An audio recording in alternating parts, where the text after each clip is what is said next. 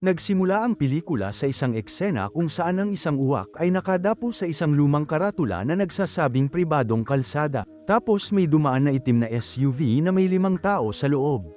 Si Chris ang nagmamaneho at kasama si Johnny. Ang upuan sa harapan. Pinag-uusapan nila ang kanilang mga plano para sa tag-araw. Yung ibang tao sa backseat ay natutulog. Sila ay sina Scott, Brian, at Natalie. Biglang tumama ang ilang uwak sa windshield ng sasakyan. At ang SUV ay lumihis sa kalsada, patungo sa isang cornfield. Maya-maya, lahat ng tao sa kotse nagising, ngunit wala na si Johnny. Habang hinahanap si Johnny, sinubukan ni Scott na makahanap ng signal sa kanyang cellphone, ngunit hindi ito gumagana. Nakita ni Brian ang isang siwang sa taniman ng mais at nag-isip na maaaring pumunta si Johnny sa direksyon na yun. Samantala, iminumungkahi ni Brian na maaari siyang bumalik sa gasolinahan, ngunit bago siya makaalis, nakita ni Scott ang isang bahay sa di kalayuan sa may taniman ng mais. At naniniwalang maaaring pumunta doon si Johnny. Kaya, nagsimulang maglakad sina Brian at Scott sa cornfield patungo sa bahay habang sina Natalie at Chris ay nananatili sa SUV at may maliit na merienda. Napapagod na si Scott dahil hindi siya kasing fit ni Brian. Habang naglalakad sila, nag-uusap sila. Ngunit nagsimulang isipin ni Brian na maaaring maling direksyon ang kanilang pupuntahan. Nakatagpo sila ng isang matanda, mailbox at isang inabandunang sasakyan sa cornfield. Nakahanap si Scott ng isang lugar kung saan pinapatag ang mais. At tila may patay na hayop sa lupa. Sinusuri ni Brian ang sasakyan nang tawagin siya ni Scott. Natagpuan ni Scott ang isang panakot na nakatali sa isang poste na gawa sa kahoy. Umakyat siya sa poste para tingnan kung nasaan sila. At sinasabing mabaho ang panakot. Nakikita ni Scott ang malayong bahay at napansin niya ang pagliko ng ilaw sa bintana sa itaas. Samantala, pabalik sa SUV, kumuha si Chris ng flashlight mula sa guantes compartment habang umiinom ng pills si Natalie. Pumunta siya upang tingnan ang isang karatula sa cornfield at habang sa pagbabasa nito ay nakita ang isang batang lalaki na nagtatago sa mais. Pinapanood siya, ang bata ay tumakbo palayo. Dumating sina Brian at Scott sa bahay. Nauna si Brian at kumatok sa pinto. Bumukas ito at pumasok sila para mag-explore. Mukhang walang laman at magulo ang bahay. Nakarinig sila ng ingay na nagmumula sa itaas habang nagsisimula ng lumubog ang araw. Naghanap si Natalie sa kalsada, tinitingnan ng bata sa maisan. Natuklasan ni Natalie ang isang bumagsak ang panakot sa lupa at nang tumingin siya sa malapit, nakita niya ang mga ngipin ng tao na nakakatakot sa kanya. Sumisigaw siya at nagmamadali si Chris para aliwin siya habang pabalik siya sa SUV. Mabilis na tumingin si Chris sa panakot. Ipinahayag ni Natalie ang kanyang pagnanais na hanapin si Brian. Kinuha ni Chris ang flashlight at sinundan si Natalie sa maisan. Samantala sa bahay, umakyat sina Brian at Scott. Binuksan ni Brian ang isang pinto at pumasok sila sa isang silid kung saan ang mga dingding ay natatakpan ng mga mantsa ng dugo. Sa sulok ng kwarto, may nakita silang gumagamit ng sewing machine. Napagtanto nilang si Johnny yon, na nasa kakaibang estado na puno ng dugo at mukhang zombie. May mga kuko si Johnny sa pamamagitan ng kanyang mga daliri at nagtatahi ng maskarang panakot na gawa sa sako. Huminto sa pananahi si Johnny at itinaas ang maskara, ngunit pagkatapos ay bumagsak sa ibabaw ng makinang panahi at namatay ang ilaw. Samantala, dumating si Natalie sa mailbox sa kotse. May naririnig siya sa cornfield at nagsimulang makaramdam ng takot. May dumaan sa kanya ng ilang beses na nagiging sanhi ng kanyang pinsala sa bawat oras. Narinig ni Chris at Brian ang sigaw niya at tumakbo sila para tulungan siya. Naunang dumating si Chris at nakita siya, ngunit siya ay hinayla palayo. Hinabol niya ito ngunit hindi sinasadyang nabangga niya si Brian. Sa sandaling yun, malapit nang lumubog ang araw at si Scott ay nananatili sa labas ng bahay habang lumalalim ang gabi. Natuklasan ni Brian at Chris si Natalie na nakabitin ng patiwarik sa isang kahoy na krus na puno ng dugo. Tumakbo si Brian papunta sa kanya at sinubukan siyang hawakan, ngunit hinihila siya pataas ng isang lubid sa kanyang paanan. Sinisiyasat ni Brian kung sino ang maaaring humihila ng lubid, ngunit wala siyang mahanap. Samantala, narinig ni Chris ang mga boses at nagsimulang lumiwanag ang mga mata ni Natalie. Siya ay tumatakbo sa pamamagitan ng mais habang pinutol ni Brian ang mga lubid na nakahawak kay Natalie. Bumalik si Chris sa bahay sa pamamagitan ng mais at nakilala si Scott. Nagbabala si Chris na may humahabol sa kanila at kailangan nilang tumakas. Hinawakan ni Brian si Natalie at tumakbo sa mais, hinahabol. Nang huminto siya, may humawak na panakot. Nakakabit pa rin ang mga lubid kay Natalie at hinihila siya palayo.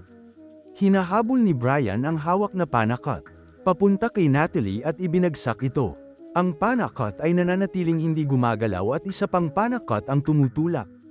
Umupo si Brian sa kanyang likuran at humarap sa kanya, tinitigan ang kanyang mukha ng ilang sandali bago tumakbo paalis. Kasama si Natalie, sumakit ang balikat ni Brian sa pakikibaka. Tumakbo siya pabalik sa bahay at nakilala si Scott. Sa labas, sinubukan ng isang panakot na agawin ang mga ito ngunit hindi umaalis sa taniman ng mais. Habang nag-explore si Chris sa bahay, bumalik si Scott sa itaas ng silid sa pananahi at napansin na wala na si Johnny. Binanggit ni Chris na napapalibutan sila ng maisan. Iminumungkahi ni Scott na bumalik sa SUV, ngunit naniniwala si Chris na nakulong sila.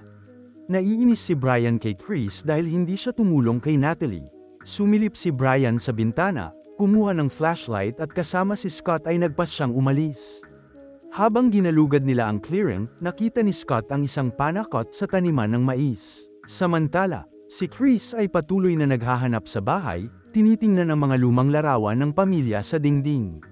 Sinusubukan niyang gamitin ang telepono ngunit nalaman na hindi ito gumagana. Sa labas ng bahay, nag-inspeksyon sina Brian at Scott. Ilang sasakyan upang makita kung may gumagana.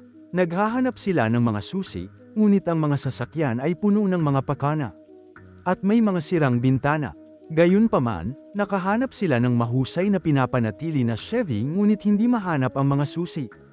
Habang naghahanap sa garahe, natuklasan ni Brian ang ilang bala ng rifle sa isang kahon at napansin ni Scott a panakot na nakahiga sa isang workbench. Pinagmasdan niya ito ng malapitan at bigla siyang hinawakan ng bagay. Tinulungan siyang tumayo ni Brian ngunit hindi niya napansin ang pag-atake. Pagtayo ni Scott, parang may paningin sa sikat ng araw. Saksi si Scott sa isang magsasaka na nagtuturo sa kanyang anak na si Alex kung paano putulin ang isang baboy. Biglang tumingin ang magsasaka sa direksyon ni Scott at nilapitan siya ngunit nilagpasan lang siya. At pinagalitan ng isa pa niyang anak na si Corey na inutusan siyang kunin ang gawain. Napatingin si Corey kay Alex. Inggit sa kanyang mga mata. Nagawa ni Brian na gisingin si Scott mula sa kanyang ulirat. Natuklasan ni Chris ang ilang susi ng kotse sa loob. Ang bahay. Paglingon niya, napansin niya ang isang figure sa pintuan na nakatingin sa kanya. Mabilis ang figure. Tumakas at hinabol naman ito ni Chris na may hawak na kutsilyo. Tumakbo siya paakyat sa hagdan at nagkulong sa loob. Silid ng pananahi. Sa dim light, ginagamit niya ang lighter niya para makakita, pero biglang bumukas ang ilaw sa kwarto. Tinatakot siya at pinababa niya ang lighter. Pagdungaw sa bintana, nakita ni Chris na may pumasok ang bahay at tinawag sina Brian at Scott. Bumukas ang pinto sa sewing room, bumungad ang isang walang buhay. Duguan si Natalie na nakaupo sa makinang panahi. Sumara ang pinto. Sa likod niya, Brian at bumalik si Scott sa bahay. Tinawag ni Scott si Chris, ngunit ayaw bumukas ng pinto. Nasa loob si Natalie, masakit na pagpukpok ng mga pako sa kanyang mga daliri. Ipinaliwanag ni Scott na nakalak ang pinto mula sa loob. Pilit na binuksan ni Brian ang pinto, desperadong tinawag si Natalie habang nagsisimula siyang manahi. Tumakbo si Brian pababa habang inutusan ni Scott si Chris na umakyat sa bintana patungo sa bubong. Tinaas ni Chris ang bintana para makatakas. Nang si Chris ay nakasabit sa bintana, huminto si Natalie, pananahi at hagdan sa kanyang direksyon. Ang bintana ay dumulas mula sa kanyang kamay, nabali ang kanyang mga daliri. At bumagsak siya sa sahig, nawala ng malay. Bumalik si Brian na may dalang palakol at tumakbo sa hagdan. Sa sewing room, ngunit nawala si Natalie. Sigaw ni Brian sa frustration. Maya-maya, nagising si Chris. Upang mahanap ang kanyang sarili na napapalibutan ni Brian at Scott. Pinipilit ni Brian na malaman kung nasaan si Natalie, at nag-aatubili na sinabi ni Chris na siya ay patay na. Si Scott ay namagitan upang pakalmeyan ang sitwasyon at nagmumungkahi. Umalis sila. Natagpuan ni Chris ang mga susi sa Chevy, ngunit tumanggi si Brian na wala si Natalie at kinuha. Mga susi ni Chris. Umalis si Scott at may ibang pangitain. Nakita niya si Cory sa cornfield na kamakaway para sa kanya. Sumunod, bigla, naging malinaw, at sinundan ni Scott si Cory patungo sa isang panakot. Iniinspeksyon ni Alex ang panakot nang marahas siyang sinaksak ni Cory ng ilang beses gamit ang pitchfork. Si Scott ay umiwas sa kanya. Linya ng paningin, natagpuan ang kanyang sarili pabalik sa cornfield sa gabi na may isang lubid sa kanyang mga binti. Siya ay hinayla sa isang kahoy na krus at tinawag sina Brian at Chris habang papalapit ang panakot. Hinaplos nito ang kanyang mukha. Gamit ang mga daliri nitong natatakpan ng kuko at pagkatapos ay nasugatan si Scott. Bumagsak ang panakot sa lupa ng si Brian. Dumating na may dalang palakol at itinumba ito. Bumalik sila sa bahay habang naghahanap si Chris. Para sa isang bendahe, inilarawan ni Scott ang kanyang pangitain. Sinasaktan ni Brian ang sarili ng sandata habang sinusubukan ni Chris. Kumbinsihin si Scott na tumakas, ngunit nagpasya si Scott na manatili kasama si Brian at pareho silang bumaba. Sa basement, habang naghahanap, si Scott ay may isa pang pangitain ng isang kakilakilabot na nilalang na umaatake sa kanya. Nagawa ni Brian na pakalmeyan si Scott, ngunit may nakita silang bangkay sa harap nila na may hawak na rifle na mabilis na kinuha ni Brian. Samantala, ikinonekta ni Chris ang kuryente sa Chevy at nagmaneho. Ito sa pamamagitan ng cornfield. Kinokolekta ni Brian ang mga bala ng rifle mula sa garahe nang si Chris ay nabangga. Na may kahoy na krus. Tumangging paandari ng sasakyan at may isang panakot na nakahiga sa hood. Chris, sinubukan niyang buksan ang pinto ng driver ngunit natigil ito, kaya umakyat siya sa passenger side. Binasag ng isa pang panakot ang bintana ng pasahero. Nagawa itong sip-A ni Chris. Ngunit ang panakot, sa hood nabasag ang ulo nito sa windshield para makapasok. Tinanggal ni Chris ang maskara nito at huminto ito sa paggalaw. Inihayag na ito ay si Johnny. Dumating si Brian at tinulungan si Chris na lumabas ng kotse, hinihimok siyang tumakbo. Itinutok niya ang rifle sa kabilang panakot ngunit nag-aalangan, iniisip na baka si Natalie yun. Hinihiling niya sa kanya, say something as she approached but she attacks him and Brian and Scott ay may isa pang pang-araw na pangitain. Lumabas si Cory mula sa cornfield at pumasok sa sewing room, kung saan ginagawa niya ang maskara ng panakot. Nagtanong ang magsasaka tungkol sa kanyang kapatid ngunit nanatiling tahimik si Cory. Bumalik si Cory kay Alex, itinakip ang maskara sa kanyang mukha at isinabat siya sa krus, ibinalita siya bilang isang panakot. Pagsapit ng gabi, nananatili si Scott sa labas sa harap ng bahay. Bumalik si Chris at nagbahagi. Anong nangyari kay Scott? Nagtataka si Scott kung bakit hindi sila inatake noong una silang tumawid sa mais at espekulasyon na habang ang isang tao ay nagiging panakot, walang ibang maaaring maging panakot. Inatake. Biglang pumasok si Brian sa kwarto sa isang zombified state papunta sa sewing room. Tinukoy ni Chris na dapat itong tapusin. Bumalik si Scott sa garahe para kumuha ng gasolina habang sinusubukan ni Chris bawiin ang kanyang lighter sa ilalim ng makinang panahi. Habang nagpapatuloy si Brian sa kanyang trabaho, nasa sahig si Chris. Biglang huminto sa ginagawa si Brian at tinitigan siya. Mabilis na kinuha ni Chris ang lighter at tumakbo. Ipinagpatuloy ni Brian ang kanyang gawain habang naghihintay si Scott sa labas para kay Chris. Sa muling pagsasama nila, tumatakbo sila sa cornfield, nagbubuhos ng gasolina sa likod nila hanggang sa marating nila ang Chevy. Hinahanap ni Chris ang shotgun at natapos ni Brian ang kanyang gawain sa pananahi nang mamatay ang mga ilaw. Isang panakot ang sumugod kay Scott ngunit nahanap ni Chris ang shotgun at pinaputukan ang panakot.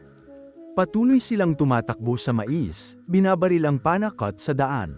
Pagkarating ang mailbox, nagsimula silang magtaka kung bakit biglang tumigil ang panakot. Tumakbo si Brian palabas ng bahay at Scott at Chris ay nagpasya na maghiwalay dahil hindi nila maaaring ituloy si Brian at ang panakot. Sabay-sabay, pumayag silang magkita sa kalsada. Sa isang nakakagulat na twist, sinubukan ni Chris na barilin si Brian, Ngunit tinulak siya ni Brian, itinulak siya sa isang istaka na bumulusok sa kanya. Tumayo si Brian sa likod ni Chris. At naglulunsad ng bagong pag-atake, pinuputol ang kanyang katawan. Nagawa ni Chris na tanggalin ang maskara ni Brian, dahilan para matumba siya. Si Scott ay patuloy na tumatakbo, nagbuhos ng gasolina at sinusubukang sindihan ito. Gayunpaman, ang lighter ay hindi gumagana. Nahuli ng panakot si Scott, tinali ang kanyang mga binti ng lubid. At kinaladkad siya pabalik sa cornfield kung saan inaatake ng panakot si Chris sa kanyang desperado na sitwasyon. Naalala ni Scott ang kanyang pangitain na sinaktan ni Corey si Alex at naghanap ng pitchfork. Ginamit ni Scott ang pitchfork para saksakin ang umaataking panakot, ngunit nagawang hilahin siya pabalik ng panakot. Si Chris, sa huling pagkilos ng katapangan, ay hinawakan ng panakot at hinikayat si Scott na tumakbo. Nakalulungkot, pinatay ng panakot si Chris gamit ang pitchfork. Sa wakas ay narating ni Scott ang kalsada. At nakita ang isang kotse na papalapit malapit sa SUV. Sa kabila ng kanyang desperadong pagtatangka upang maakit ang atensyon sa mga bagong biktima, nananatili siyang hindi nagagawa. Isang mag-asawa ang dumating upang siyasatin ang nasirang SUV. At habang ginagawa nila ito, isang panakot ang lumabas mula sa taniman ng mais at nasa pagitan ni Scott at ng SUV. Biglang nakita ng lalaki si Scott at lumapit para mag-alok ng tulong. Ngunit hindi siya matawagan at babalaan ni Scott.